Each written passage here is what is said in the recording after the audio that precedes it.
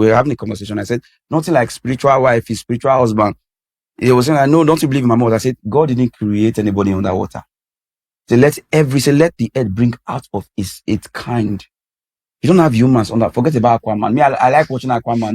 But there's a way when I watch these movies, there is way I position my mind.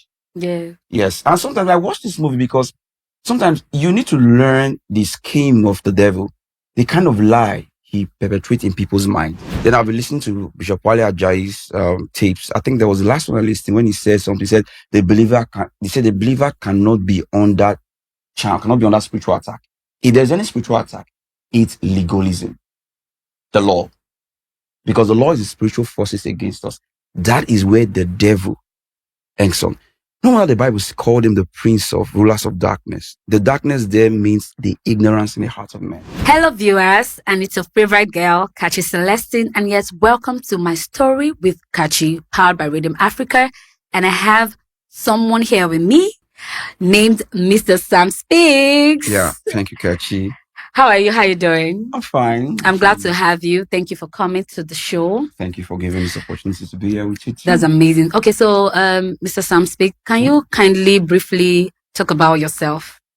Okay, my name is Sam Speaks. I'm an actor. Oh, great. A musician, a writer, and a minister of the gospel. Wow, amazing. Yeah, the senior pastor of Spirit Nation Assembly. Okay. Yeah, and I'm into mind transformation. Wow. Mental coach. Mental coach. Okay. Yeah. Is it for people that are okay? Not for worries. I'm talking about mind transformation, like psychology. Okay. Okay, so how's the journey been for you? Being an actor, a musician, a pastor, and still a mental coach. It's a whole lot to do with. Yeah, it is. Okay, well, if I say easy, I'll be lying. It has really been challenging for me, but I discovered that, bringing all these parts of me together actually shines light to the purpose. Wow. Because I'm born to express. Okay. Yes, because I did tell people, man is a vessel. So as a vessel, you can be contained with anything. So I think this part of my life, or this part of me, my abilities, something God supernaturally embedded in me so that I can be able to express him in different dimensions. Like in acting now, yeah, I can create movies or play in movies that actually speaks about the gospel. Okay.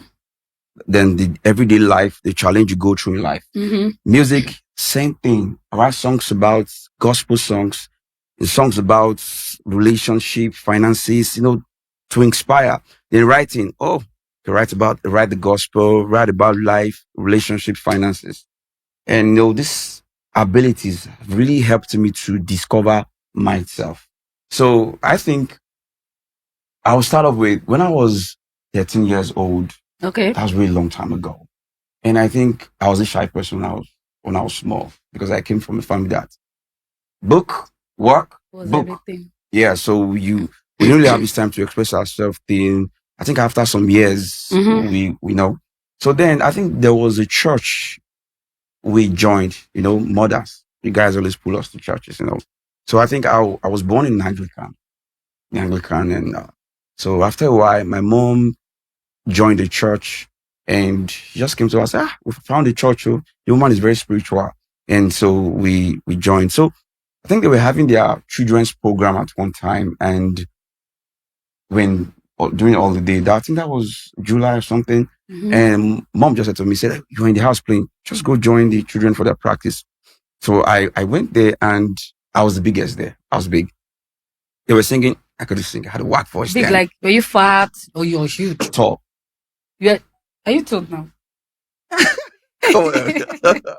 I can imagine. Okay, I was the biggest. Yes, among your kids were really very small. So I went there and I think they were acting. They did the choir rehearsals and they asked me to sing a line. I was just singing. My voice was not good. So they said, okay, no, you can't do this. And they said, okay, what can you do dancing? I don't love to dance. So I said, no, not me. And it got to a part of drama. Guess what? They were playing God and the devil. I know those drama where there's a native doctor, one pastor, and stuff like you that. did that too. Yeah, so they said, we don't have who can act native doctor. And I say, why native doctor? Kilo day now. So at the end, I like, okay, fine, let me just do it. People would just say, do it. And guess what happened? I stepped on the stage and I acted it in the like, wow, you killed it. You killed it. So we're supposed to present the play the next day. And the most important thing was that how was it I was able to get the costume together. Okay. Like when I worked in, seriously, are you native doctor for real? So then I think that they spread me Tatinera.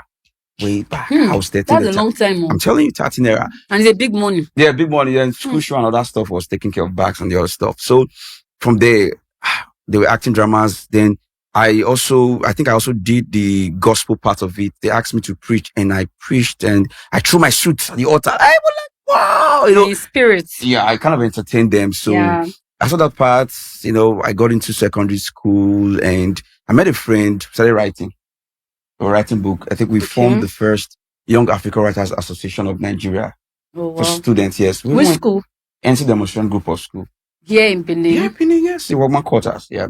So after that, we went to EBS. We went to, I think Samuel Makibi had us on the show. Okay. Juniper Musa had us on the show. So then we were doing something. We're writing. So we formed I think a movie, a kind of like a drama club. We did a lot of drama together. So that was when my principal called me and said, you have a gift. I was in science class then. When it got to my SXE exam, SX3 exam, so I went beyond my dad and I failed for art class. So my dad came out like, no, you will do another exam. Then my principal called my dad and said, no. Have you watched your son? But my dad wanted me to be an electrical engineer. So he wanted you to be in science? In science, yes. And you don't have any business being there? Yeah, no, I was also good in science. I was good in physics, chemistry. Oh, really? And biology. Yeah, I was good, yes. So, but I felt like my passion was drawn to being an artist. Yeah. I was the library prefect. So I could easily do this thing. So then my principal told my dad, he said, may so rest in peace, he's late already. So he said, let your child go through that part. So I finished school. So then, you have to work to get into university. And so I started working. I was working with EBS, working with Johnny Pamusa on Name Between. Okay. I was doing the Tit Bates section. Yes. So that was when I think former EBS general manager, Tunde Bozige, way back. I think that was during, was it Shomole or Lucky? I think it was during Lucky. I think it was Shomole Lucky time. Okay. So then he called me and said, you have a talent. You're very good. So go on and read mass communication. So after my schooling, I came back to Benin City. Then let me venture into music because I'm good in singing. At this point, how did you cope with your dad? Because he didn't support the fact that you were going to art class, being an artist, and also how were you able to deal with that? Did that cause any issue between you and your dad? It did. Or at some point, it actually did. It did. So how did you deal with that issue? Okay, I felt we never gelled till he died. Wait, are you saying now that till you're done with your uni, your dad was never in support of? He was never in support. Because he wanted me to be an electrical engineer because I could fix the bulb, scatter the fan, and fix it back again. So who now trained you? But he was still the one that paid for your fees in higher institution. Yeah, it was the one. But at the time, my mom had to step in. Okay. Mothers and try to convince him. And I think my late uncle came and told him, he said to him, I can remember the words then. My dad was sitting outside and he said to him, let this boy, because I was the first son, let this boy have his way. Oh. I think it was when my dad started seeing me on TV. They told him, go watch EBS. You're picking the top for that. So that was when my dad okay. But I think because of he was not still, satisfied. So what you were doing. Yeah, so but my sister and my mom, they support me. So it was really challenging for me because sometimes I had to go outside of the house to do this thing. Oh, you were just so that you will not have issues with your dad. How many are you guys back then? Like how many? Okay, we're 7. But we're 5 now. We lost 2. Lost 2 sisters. Say about that. Do you want to share that part? Yeah, okay. I want to share that part. Okay, I think her name is Uche. We lost her. I can't really remember the year. Then we lost her, and it was not really easy because she died at my hand. Yeah, just 1 year. It's like you buried your child today, Wow. this year, and the next year we lost my dad. In the knowledge of Christ, I was able to preach that. My sister, before she left this earth, she gave her life to Christ. Thank I God was the for one to that. minister to her. Yes. Yes, I was one to minister to her. I don't know, she had to like, I want to go, man. The pain is too much. The pain is too much. But I think if it was now, maybe there were other things I would have been able to do. Yes. Maybe by changing the belief system that we had then. Yeah. How did your mom feel about all of this? Losing two child, the next thing, her husband. It's not easy. I think that's the strongest woman on earth right now. She also lost two of her brothers in between 1 year too. Was it at this point? Hope there was strong prayer. That was because what was the issue? How did your mom feel? Because I know it's not really easy. Are you the only man in the? No. Okay, I have a younger brother. Okay. Yes. Okay. I think the funniest thing is the two brothers died the same way. Accident. They were crushed by a trailer on Jesus a bike. Christ. So are you serious? Yeah. So it wasn't easy. It wasn't easy for her. And sometimes I like look at mom. Mom say, how do you do? Why are you still keeping going on? It wasn't easy. She went through a lot of things, and that's why sometimes I don't really blame her for the belief system she has adopted over the years. Because trust me, now we went through that kind of things. Yeah. There will be a lot of things that people will suggest things to you. And one time they told her maybe you into something in the village, and she did, and lost anyone in the family. We're good. Oh, thank God. My mom, my sister, they're actually coming to the knowledge of Christ, and I'm really so happy about that. And everybody's going to church. Of course, hearing the gospel of Christ. Yeah, that's amazing. Probably God has wanted to use it for a very long time. When I was 7 years old, my mom said she had a vision, and she saw me one day. I was driving bicycle, and I came to her. I said, "Mom, I'm not a pastor." Mama was happy. So when I was in the world, the day I drew the tattoo, I went to greet her with a friend. When my mom saw the tattoo, my mom said she went to the house inside the room and cried and said, "God, I've lost this child." I go, what about that vision you showed me? When did you draw the tattoo? Like at what age? I think I was, 26, 27? 26, 27. Because I gave my life to Christ when he. Wow. So I received Christ's life. Let me call myself. Okay. So I started working with DS Multi-Choice, Benin City. Okay. So then now, I rented my own apartment, and so I met some friends and like, okay, what's up now? I wanted to, be among the guys. Yeah. Yes. So I think I have a friend. We're still friends anyway, but on a different level. And he drew tattoo. Like, T man, I love your tattoo. And so he said, okay, he was going to take me to the place I drew the tattoo. And I went there. Sorry, I would have shown you, but I think I can roll off this. Yeah. Wait, so you actually drew a tattoo because your friend? Yeah. Not because it's something you've wanted to. Or you've always planned that, I'm going to draw one day. Or is it because you saw that some people, they can just be influenced by the appearance of how their friends live their life, probably what they wear and where they go to. Yeah. So was that the reason why you had to draw the tattoo? Even when you already know that you're doing to the ministry little by little? No, ministry thing. Then it hasn't started. And I wasn't going to church. I only go to church on December 31st, 11 crossover. You wanted to cross. Crossover. I never. But I used to tell my guys, I want to go to drink in the beer parlor. I would say, see, the day I will give my life to Christ. You guys will be so surprised at the speed of my transformation. They're like, God, dude, forget about that thing. And the moment, at the age of 28, I'm going to talk about that story, how I came to receive the life of Christ. I think after I did, when I was in DSTV, because I wanted Story to Connect, actually. Yeah. When I was in DSTV, I worked for like 1 year. So I had a call from a friend and said, Sammy, Alpha, what's up? You've got a job now, the next level. Like, what's your plan? I said, okay, fine. I want to travel out. Working. You can't really get the kind of work you want in Nigeria. Yeah. He said, what about your skills? I said, you can sing, you can act. And I said, okay, the acting industry, it's a little bit tight. Yeah. Let me try the music industry. So we met and we talked about, I wrote some song. They call me a Manu, which was actually recorded by Philtown. Philtown. Is it online? Is it? Did you release the song or you Yeah, just I did, but I can't really trace the secular song, yeah? Yeah, secular didn't call me a man. It was an introduction song about myself, my identity. Okay. So I did that. Then I did Chairman. That was produced by Bozzy Beats. There was a boy to Town Productions. So then after that time, I released the song and I did a video. And one of the sets I met Agudai. That was the first time I met Agudai. We actually exchanged number. We talked. And I released the video, Silverbird and other stations. But something happened. The guy that shot the video didn't give me what I wanted. So I was really down, really devastated. So then after a while, I left the music because I needed to pay bills. Life was actually staring me at the face.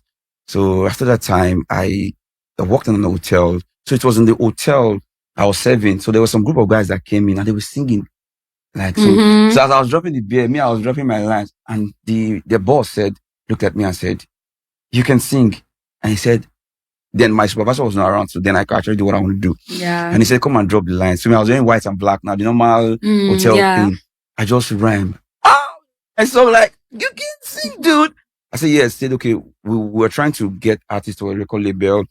The name of the label was Remind Entertainment. And so they had to group 3 of us into a group called Kiss Bliss. That was Ikechukwu. Which Ikechukwu the rapper? No, that's not Ikechukwu. No, I'm not guy. Okay. Yes. The beautiful thing that we're all pastors now. 3 of us. Are you serious? Yeah, I'm serious. And you guys still communicating now? I think I was with Ikechukwu. It was in the last month. I think Casey always called me every time. If I drop a post on Facebook, he always reach out to me. We met then. They said, okay, 3 of us can vibe together. Instantly we gelled. And we were going to shows. And during that time, there was already this thing like the spotlight on me, like this is going to be the two-face Idibia of the group, Yeah. Because I was taking this attention, getting attention from ladies and other stuff. So we recorded songs. We went to studios. I think Joe Banks is a late producer now. He's dead, but he did the song, did Amano Farabale. And I think we did My Girl. Those are the 3 songs. But something happened. Started having issues with the owner of the record label. Were you guys signed? We're about to be signed. We're not signed. Started having issues. Well, the issue was, I was only standing for a right. Okay. And I think he was threatened by that. What was the actual problem? Okay, now, then we had an agreement that I was going to rent an apartment for us. Okay. Give us an official car. It was, I think, 200,000 salary per month. So it wasn't forthcoming. Was there no contract to that? No, nothing. Just word of mouth. Like you said, it's word of mouth. Anything can change. Yes. And then I think we resigned from our jobs. 3 of us. After the man not playing his part, you guys. No. We resigned when he was talking us about the whole thing. Oh, okay. Then he could take us to parties and we just perform. And even at I think I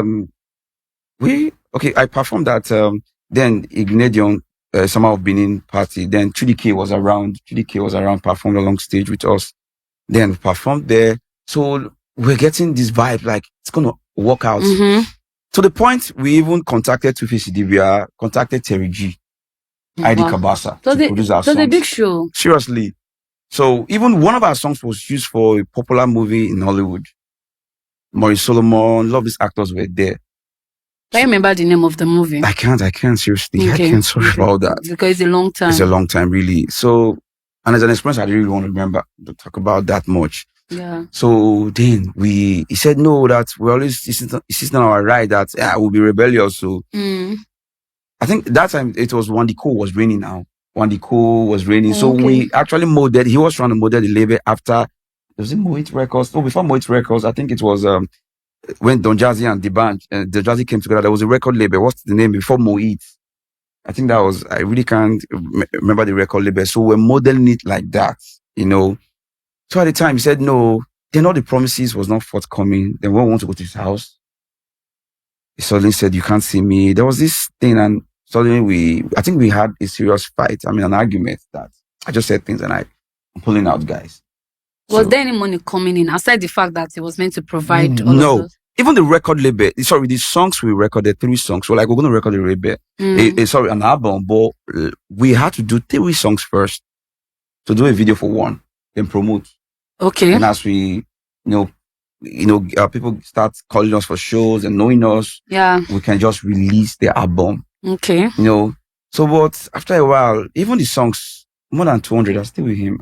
But I don't know. I think I heard he went to South Africa to do a movie course program. That's the last time I heard from him. But your songs were not released. Was anyone released from the ones you guys did? No. Oh, okay. No, it wasn't released. So after that, then I went solo. Then I did Amano and I did my songs and it went on air, but there was still no proof. So at that particular time, money don't finish. At this point, were you still in university or you? No, left, done school. And I was on my own. I think I left multi-choice because I wanted to focus on the music. So I left there and I spent all the money I had on the music. And nothing came out? No small profit like 10 naira? Wait, I know small profit come outside. But do you think if you had stayed with multi-choice at some point and pursue your acting career, there would have been some breakthrough? Maybe probably you would have been able to get to the point where you wanted to. I think maybe not. Well, I would say maybe because somehow I got to, I think I met Johnny Pamusa again. Okay. Then she was the CEO of African Magic. Okay. Yes, then so then she called me and said, "What do you want me to do for you?" I said, "I just released my song." She said, "Do you want your video to be on African Magic?" I said, "Yes." On DXTV, I said, "Yes." She said, "Give me a good video."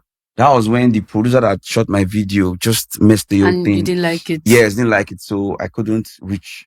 I think I lost that contact at one time because I was thinking of going to Big Brother Africa. Yeah, I wanted to go to Big Brother do big things. So see, I was somebody who wanted to be the Chris Brown of Africa. Wow. Seriously, the way I write my songs, you can feel the energy when I sing. You can feel the energy when I sing. So I had songs, even some of my songs, when I still sing them again, I was like, dude, will you sell this song? Will you a good song? So after that time, I lost money. I lost everything. I lost some of my friends, female friends, male friends. They all left me because then I used to be the guy that used to spend, one go to club. At this point, you didn't have any guidance, like maybe someone talking to you, helping you out, not more like a PA, since you already knew the kind of life you wanted to have for yourself or live. You didn't have anybody that was guiding you step by step. Okay, we're just on your own, making the money, spending it and not getting it back. Yeah, I was just on my own. Okay. I was just on my own. I was the guy that I don't want to do business apart from my talent, investing on my talent. But I do business now actually, so I learned. But you didn't work for anybody? Yeah. At some point, is there anybody you ever worked for? Yes. I worked under Umera Tunes. That was multi-choice. Okay, yes, that's multi-choice. Yes, and I worked under Slow maybe it's late now. Okay. Yes. Were they paying you well at multi-choice? They weren't paying us that much. Because it was like a sub branch. Oh, okay. Sub branch. So we weren't paid. But then I had some good experiences. I met some guys from South Africa with friends and other stuff. So then I went to NTA Guest House. I worked at the guest house. So it was then my late boss, Samuel Mwebe, told me, Solomon Mwebe, sorry. He said, "You are a star." Okay. He said, "Find your generating power." Okay. Because he told me, say, every guest you attend to, they tell that there's something about this guy. Oh, were you working as waiter? I was working as a supervisor then. I started as a waiter, then a supervisor. Okay. So I'm this vibe person when you come around, like, there's this charisma about me. So he said, "You are a star." So when I want to go to music, he said, "Good, you got my blessings." Okay. So I went into music, didn't work out. So after then, man, I was so down. Then reality came in. I had a friend, he's in Germany now. I think we met, we're in the same street. I was so broke to the point that I had to go beg 200 naira from him. 200 naira? Yes, to eat. Seriously. Like not 200,000 or 2,000. Just 200,000. I'm talking about 200 naira. So when I went to meet him and because he used to go to church, he's a church person. I don't go to church. Yeah. I think he was attending Winnax then, and he just called me and said, "Your situation need urgency." I'm like, what will I do, dude? Before that, I actually tried Yahoo. I went to HK in Gobadia Supply Road. You did Yahoo?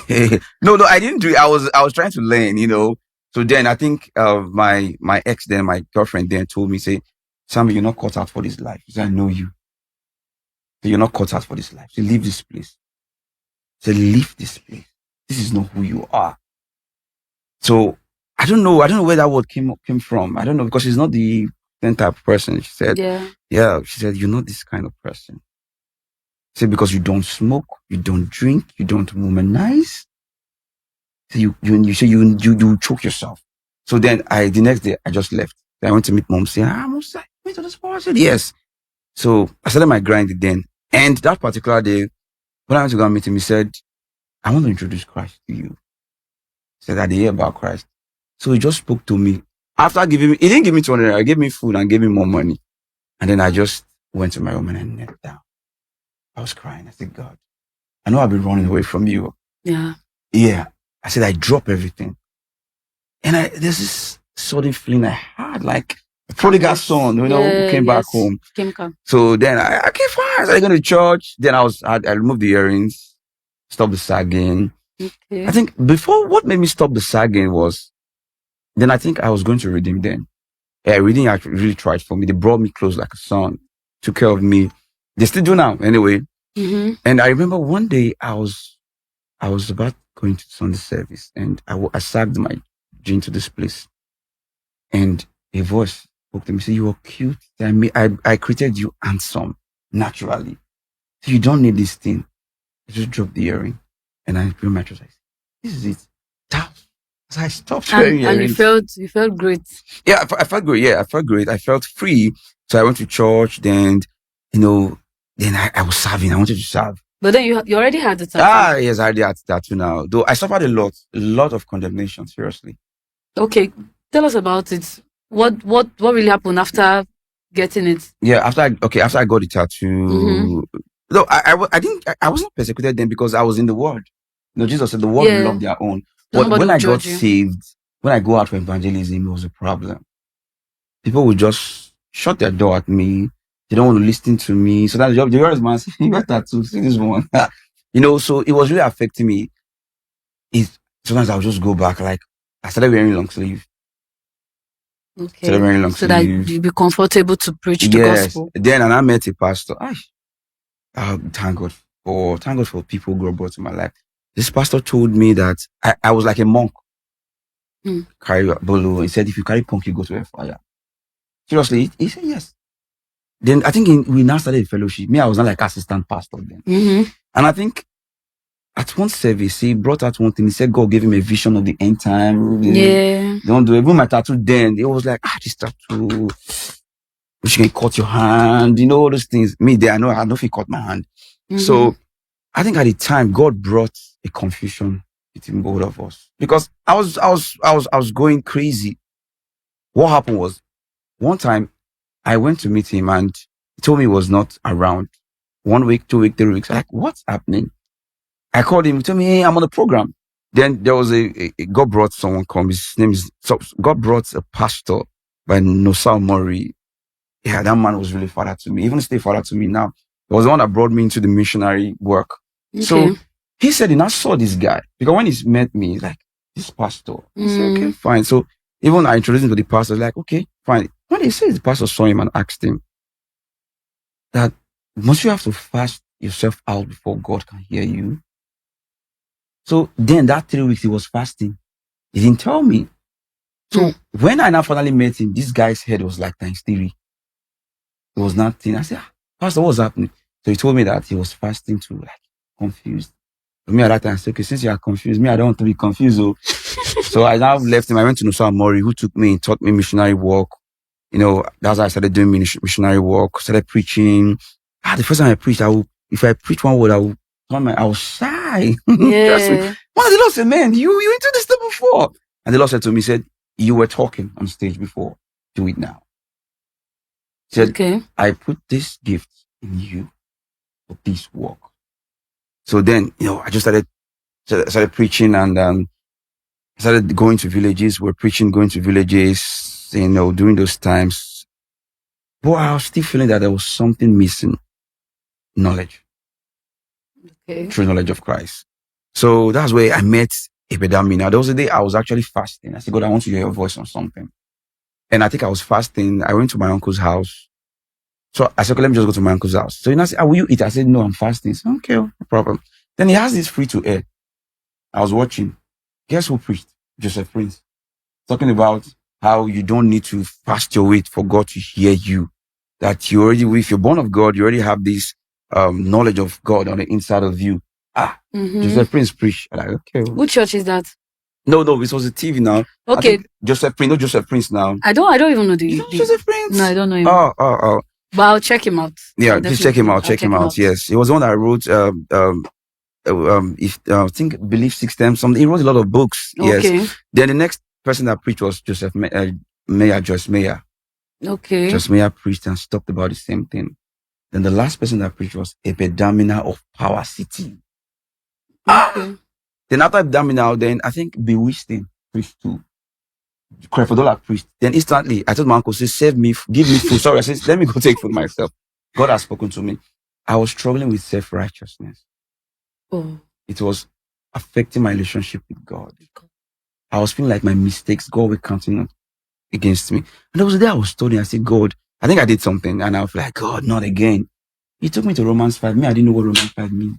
Because what they were teaching us that, if you sin, you go to hell. So he was trying to speak to me through Romans 5 about how the righteousness of the law, it's not what God actually wanted. The righteousness of grace is the main thing. So it was when Epidamina mentioned, they're like, So God has been speaking to me. That's why I tell people, no matter what the mess you find yourself, God is speaking to you.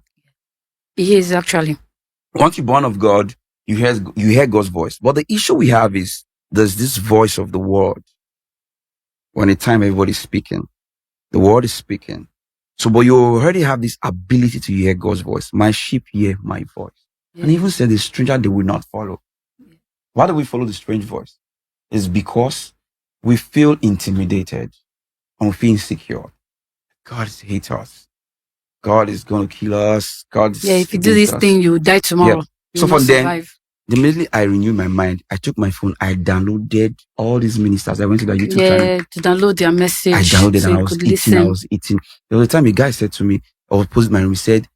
He called me, said, you're doing well. He said, you just got saved a year ago.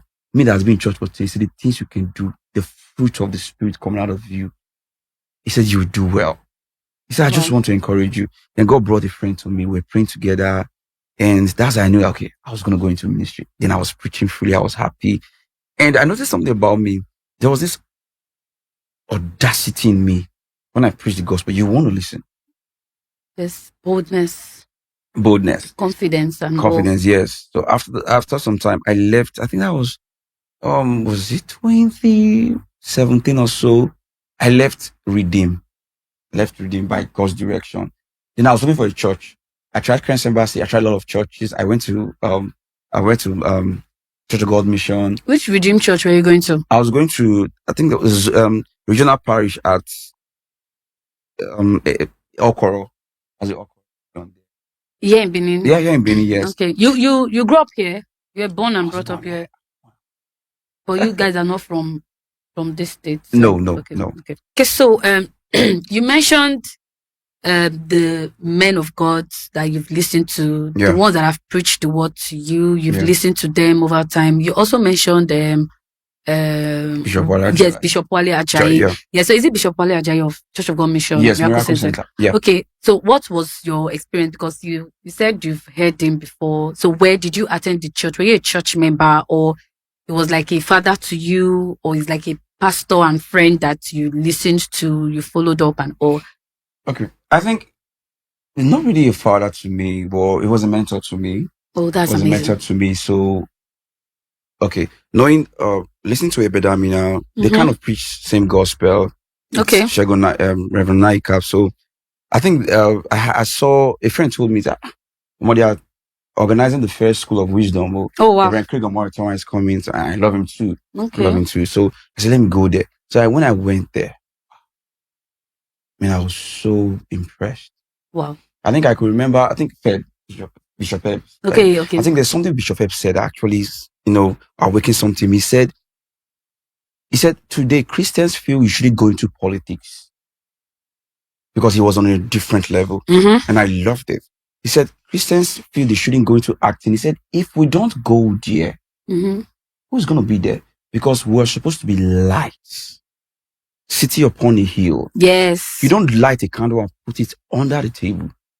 You shine your light. Yes. So because people think, I think that was something I also suffered too. Like at the time I was like, I was going to drop acting and everything. So but that day, Bishop Feb was able to change my mindset Your and belief mindset system about, to it. yeah. So then Wale Ajayi came and he talked about grace. He spoke about how we don't need to keep asking for forgiveness of sins, that we are washed. Yes, you're already forgiven. Then Reverend Craig talked about how we give by grace. We don't give out of grudges. So, and I was so happy because I was like, I was okay. So I left it.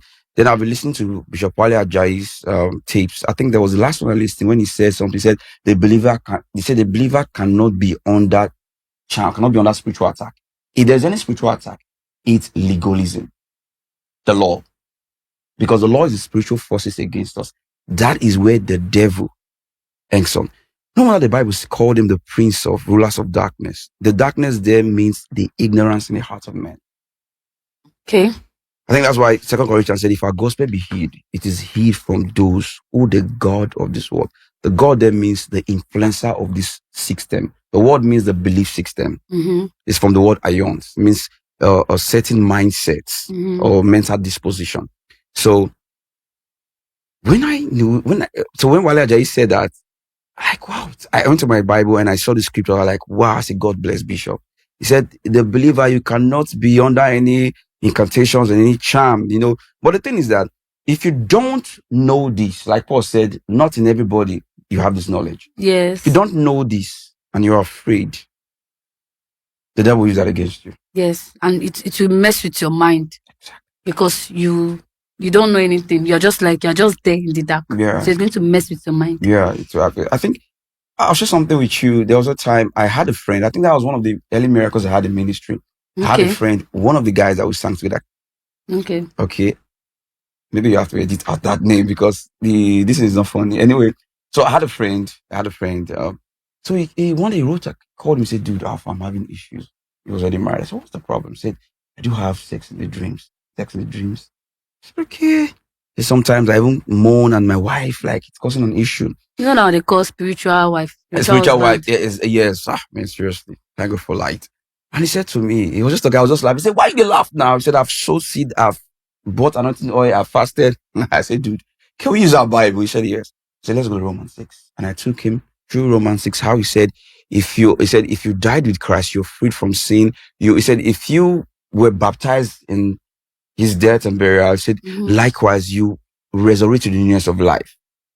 Yes. Sin has no grip over you. And I told him, I said, these scriptures, think about it, meditate on it. Did it all over and over again. He said, okay, he's going to try it. And he said he tried it. He prayed with it. He said, I think he started on Monday. We spoke on Monday. Yeah. He started practice on Monday. He said, by Wednesday, the dream stopped. How did I know? He didn't even tell me the testimony. It was on Facebook. Somebody was talking about spiritual husband. He now went to the message and tagged me on it. And like, wow. He said, after listening to Pastor Samson, said, this thing stopped. Said, today. So I was like, yes, because we're having a conversation. I said, nothing like spiritual wife is spiritual husband.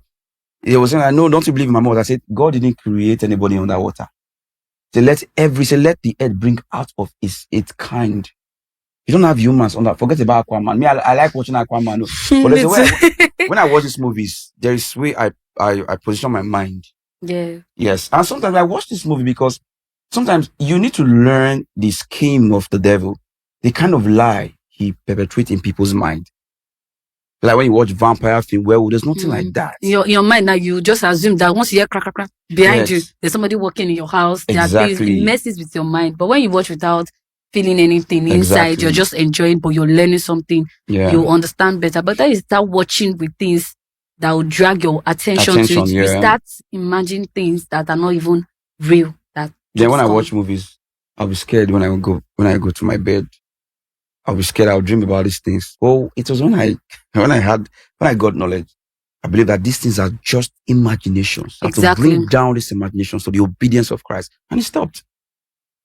So it totally stopped. So, meeting Reverend Wale Ajayi, has really transformed my life. Seriously, it's one of the persons I would say God used to renew my mind. Yes, he's an amazing bishop. Yeah. I listen to my bishop every Sunday. Oh, he's a bishop too. Wow. I listen to him every God Sunday. bless Bishop. Yes, he's an amazing man. Okay, so you spoke about writing books and all. Have you written any book? No, but I have one I'm writing, but I'm not done yet. Okay, is it related to what is it related to? To the gospel. To the gospel. Knowledge of the truth. Knowledge of the truth. Okay, that's amazing. We're anticipating that. Okay, so you also spoke about the challenges you had preaching the gospel to people because of your appearance. Some persons judged you right from when they saw you. How were you able to deal with that pressure? At any point, did you face any depression? Did you feel like stop going out there to preach the gospel? Did you feel like because of your appearance, you can't even tell people about God? How were you able to deal with those challenges? Okay, first of all, I was depressed. Actually, I was depressed at the time. I didn't want to go out anymore. So I just prefer to go to the village to preach, and wear suit and wear long sleeves. But this was how God helped me out. Okay. That's the church I was sent forth to start my own ministry. That was World Nation, now Extreme Church of Christ. Okay. In Abuja now. So one time I met somebody in the car and we're talking about Ebedamina Steep. We're talking about, we're just vibing about it. And he looked at me like, are you Ebedamina's son? I said, yes. He said, okay, there's somebody that preaches like him too in Benin. I said, in Benin? Really? He said, you want to meet? I said, yes. So he gave me a number. That's Pastor Debbie. Okay. So Deborah. So I called her and she said, okay, come and meet me. From the moment I saw her, the Lord said to me, said, that's a mother for you. Oh, wow. And when I got there, and I was really short sleeve, I was like, hey, Omo, this fool should not start. You know what she said to me after the mission? She said, God said, I love it. He loves my tattoo. You serious? Am I hearing this from someone? I said, yes, God said. Then later I understood that God wanted me to feel at all. Okay. So someone asked me, are you going to remove the tattoo? I said, no. I said, this tattoo, it's going to, which is already going to serve as a hope for people who already have tattoo over their body, who thinks God can use somebody with tattoo. Matter of fact, if you have to go to the Bible, I think let's do something there. When God told them not to put marks on their body, okay, he wasn't talking about tattoo. He was talking about marks representing some gods around Canaan. Do you understand? Okay. Around Canaan. I think there was a tip that my father, Ebedamina, said. He said, tattoo is not a sin. Trust now, the whole internet went agog. And he said, but if you have to put a tattoo, let it be meaningful. Like I'm thinking of writing Galatians 2:20. I've even seen somebody that wrote Jeremiah 2 verse something. Another person will put Malaika, so even some of them do cross. So do you feel like having those kind of tattoo describe something positive and not because they're trying to be a gangster or they're bad? Because in this country, once you have marks on your body like tattoo, yes, they see you like you are evil. In fact, you are the one devil sent to the world. Okay, and we have some pastors that have that. Most of them, they're not even in Nigeria. Yeah. We have some of them. We have some gospel singers. I have a gospel. I even know one that has a tattoo on his body, not just one side. He has the Bible verse and another part. So do you feel like people that actually have that on their body, it describes a positive thing on them? Or how do you see that? Okay, now let's deal with the word tattoo. Even the Bible said, God said, I will tattoo you in my hand. In the Greek and Hebrew dictionary, we don't have much words like English language. So tattoo then might not mean the same tattoo now. Just like you have the word suffer. Suffer the little children, it means allow them. Yeah. But if you read, you think suffer means get them to come to me. No. Yeah. No, the suffer then, it's not the same suffer now because vocabulary has progressed. Yeah. Things over time. Actually changed. Yes, so the word tattoo means to stamp, to engrave, to write, to imprint. Okay. Do you understand? So what is about those people that will turn it like body hug on their body? Because I've even seen some white guys. Sometimes I even at first I thought it was and it looks scary. No, that's scary actually. That's irritating. It looks demonic. Yes, and disgusting. You know, there's moderacy. I preach moderacy to everything. I preach moderacy to everything. Now, like I was talking about putting Galatians 2:20. Okay. And sometimes I use these things as strategy to bring people to ask me questions. Sometimes I could design shirts. Like, you're already in heaven. In the boss, like what you say, then I engage. That's evangelism. People that would draw attention for people too. I remember once I went to preach, then when World Nation went to preach went to do evangelism. So we went to a completed building, but the back, there were two guys smoking Igbo marijuana. And I went with Pastor Sonny. He's my friend, very close friend now. Okay. We went, that's the bank church, Pastor Sonny, this vision bearer of the bank church. And we got there. So we saw like the boys where their eyes were looking like, hey, well, how they go? This kind of, Alaye kind of talk now. And we just got there. But we're even wearing jeans. I think he was wearing the ripped jeans then. So we just got there and so we want to preach the gospel to you. That's the way they looked at us. I beg you. So it's okay, bro, if we talk to that, so we're not gonna waste our time. We said, bro, we're not gonna waste time. And where they were smoking, so one of them tapped it on and said, drop your smoke. Yeah. Pastor Son said, dude, smoke. Don't drop it. I said, no, say don't drop it. Say, bro, and it is something. See. I know people will say, are you sure this guy is really saved or something? He said, bro, how much this will make I bound down for you? Guess what? It was a strategy, because the thing is that I'm not saying you should go and try that. Yes. But please don't try to. Yes. Don't try this at all, please. No, please don't. We were trying to engage those guys, because I think right now we need to understand that we need to be skillful and creative in preaching the gospel. Okay. I've been to rugged areas with Neka and preach the gospel. There's a day I went to the barber salon and I was ministering, and all the boys stood and were listening to me. And at the end they said, thank you, sir, for this gospel. There was a tattoo guy there. I think I was wearing just a short, but I think above my knees, and a shirt. And I preached. They looked at me like, so someone can preach Christ like this? So that's why I said, maybe this is how God created me, so that I can be able to reach out to persons that all these Perikoko or pastors can't reach out to. You understand? So after that event, the boys listening to us, they used their hand to drop a cigarette. And I said, okay. We actually wanted them to drop it because it was actually offensive to us. But we were skillful about it. These guys dropped. These guys got saved and spoke in tongues. Wow. They went to the Bible's drink. I said, no, don't worry. Boss, we could bow now, mouth now. I said, no. These guys were so happy. We won a lot of souls like that. When I mean, not the smoking type, but actually making those guys feel like God is not condemning you. He's not imputing sin, but reconciling you. Yeah. Do you understand? So the tattoo thing is, if you have to put a tattoo, boss, put a reasonable one. Okay. And don't make it look too scary. And another thing I will say, let me say this is important. If the Lord, Spirit of God, personally tells you not to put it, don't. There are things I want to do. Spirit of God spoke to me and said to me, don't. Because of how people will receive me.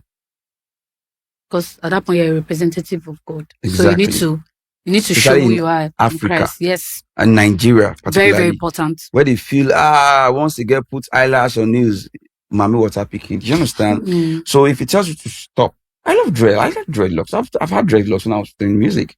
But I had to cut it. Maybe I might go back to it, maybe not now, So if the Spirit of God personally instructs you not to put it, don't. Because this is where people miss what they misunderstood sin. The Bible says, whatsoever is not of faith, Romans 8, is a sin. So if tattoo is okay, not a sin, and I put it, and it causes another brother to fall, and that's a sin. Exactly.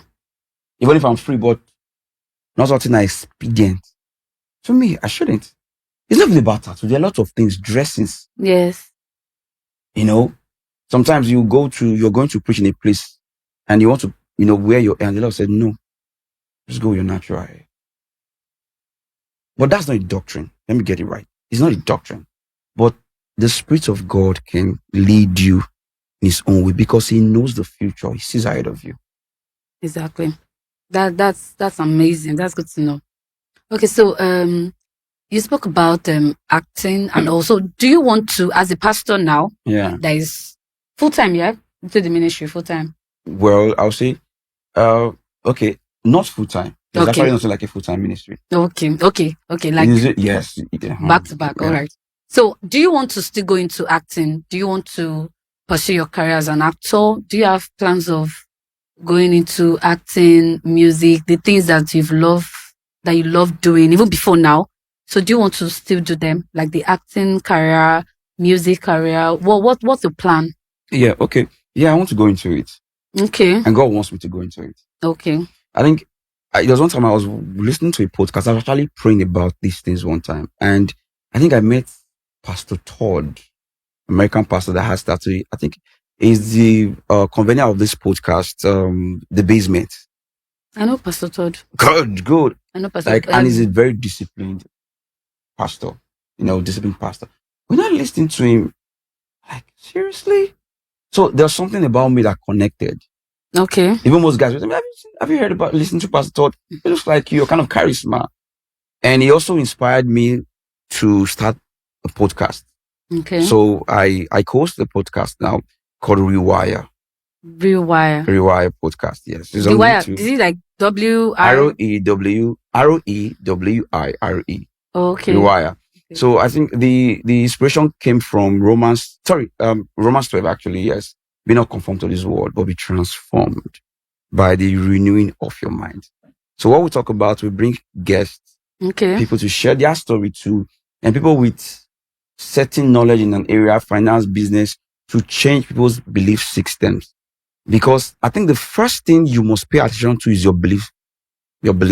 Yes. Belief can promote you and limit you, decrease you. Yeah, very, very important. Yes. That's amazing. Looking forward to that. Okay, Thank so you. what kind of movie? Okay, gospel? No, not really. Okay, okay. Not yes, gospel movies and also okay. I won't say secular. I won't say secular because what I would just say, I want to write or star in movies or produce movies that actually talks about God's love. God's love. Okay. God's love. Great. That's amazing. I'm looking forward to it. Sometimes it could cut across to even the issues in society that we think God is not aware or we don't need to call God. For example, now I am doing some study into psychology and neuroscience, and I will tell you how much it has really helped me. I remember when the Holy Spirit told me, said, pay attention to these things. So what was psychology? He said, psychology is not demonic. He said, psychology is a study of human mind and how it affects your belief, your life and everything. And the Lord said, I created the mind, not the devil. I created the brain where you have neural patterns and other stuff. And I'll tell you, it has really transformed my life. Some problems are not what they call so spiritual, are not really spiritual. It's really just a mental, psychological problem. And when we say spiritual, sometimes it's talking about mindsets. Because the one of the word for spirit is influence. When they said, what is the spirit behind this? Yeah. The spirit of this attitude. It's the invisible thoughts, belief system that influences that behavior.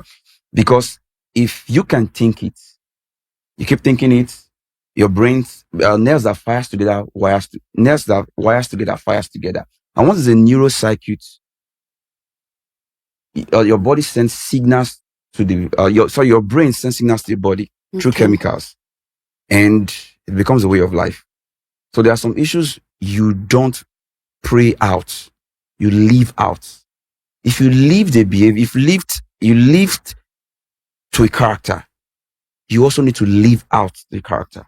You need to change your neurocircuit, change your belief systems. Mindset. That's why these days they will tell you that you see somebody has a problem, depression, you just pray. Of course, you need to pray. We pray on everything. Yes, pray about everything. Prayer is not always enough. Yeah. We pray without season. But this is it. People don't know how God answers prayer. Okay. the way I know God has answered my prayer, of course, I know He has already answered all my prayers that I pray by His will. Yeah. But the way I know I have received answers is knowledge, enlightenment, and awakening on the inside of me, like repentance, penance, change.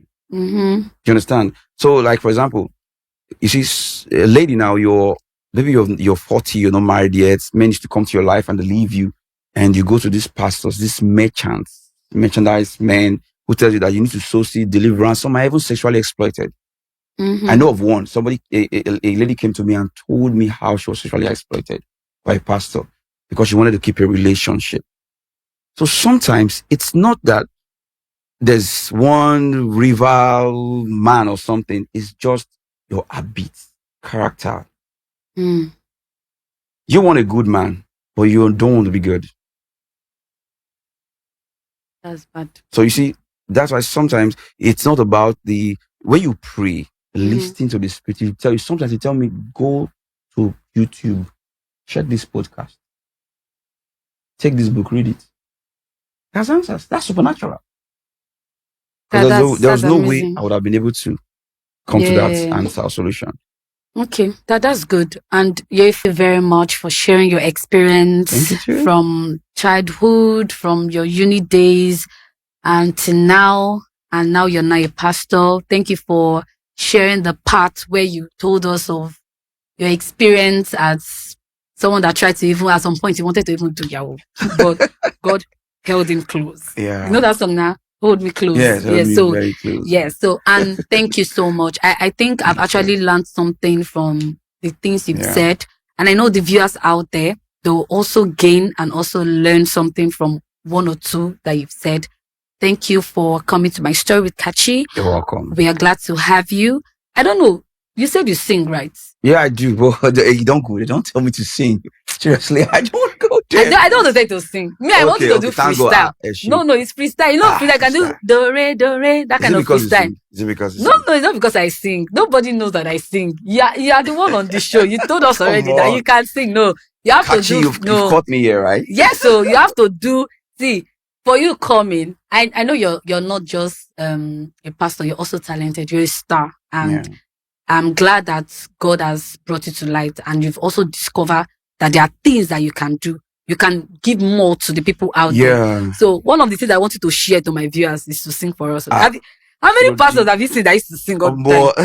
This will catch you right there. Oh yeah. You will freestyle for us before leaving the show. Hey, but the issue is, if you say make I sing now, okay, it's a love song actually.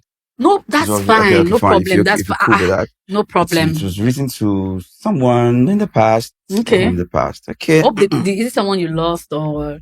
No. Okay. Someone that I loved in the past. Wow. Okay. Stars. Okay, you asked for it. Yes, okay. Bring it on.